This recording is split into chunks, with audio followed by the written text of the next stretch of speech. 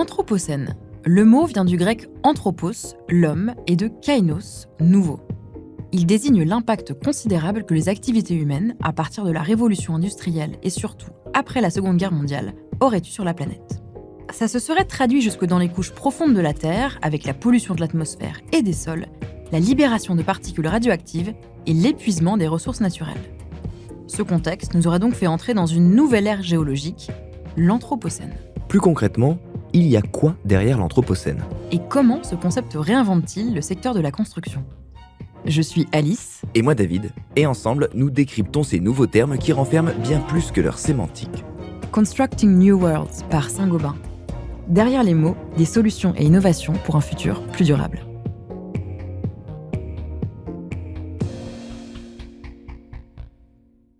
L'Anthropocène est une ère dans laquelle l'humanité, responsable des désordres, ne serait pas assurée de sa propre survie.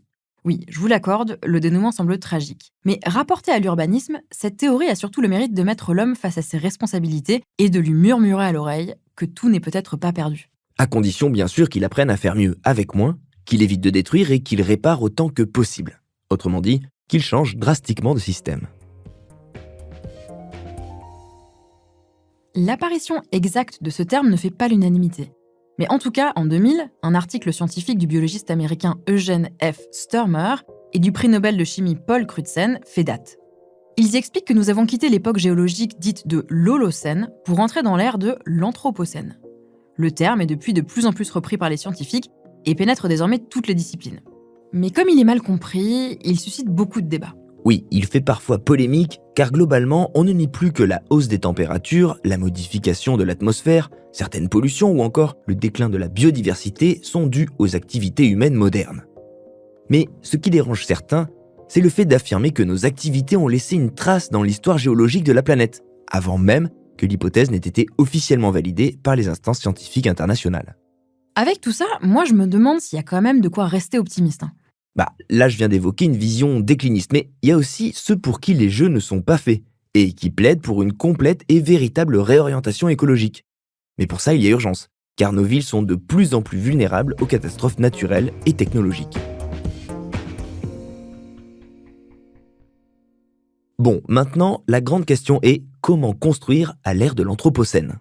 Alors, il y a déjà les normes environnementales, les schémas de planification. Est-ce que ce ne sont pas les professionnels et les élus qui ont les cartes en main ? Oui et non. Penser Anthropocène, c'est aller encore au-delà.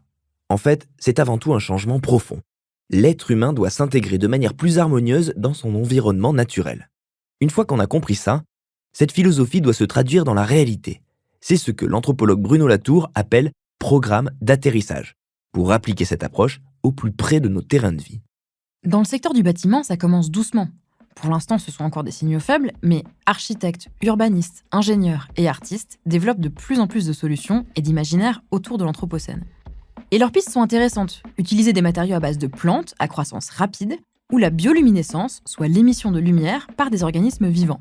Ils sont aussi attentifs à la production d'énergie renouvelable locale, au cycle de l'eau douce et aux continuités écologiques qui permettent à la faune de pouvoir circuler, y compris en ville.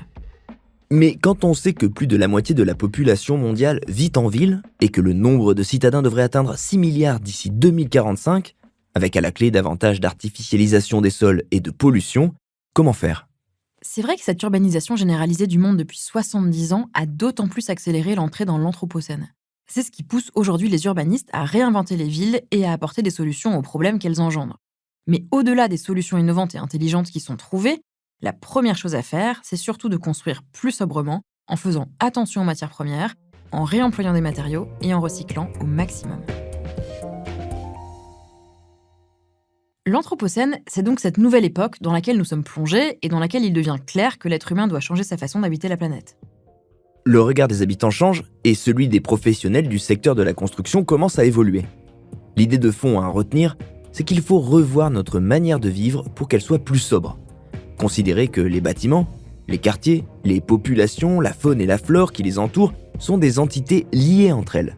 Faire en sorte que les habitants travaillent, se nourrissent et se déplacent en dépensant le moins d'énergie possible et en vivant en harmonie avec les autres espèces.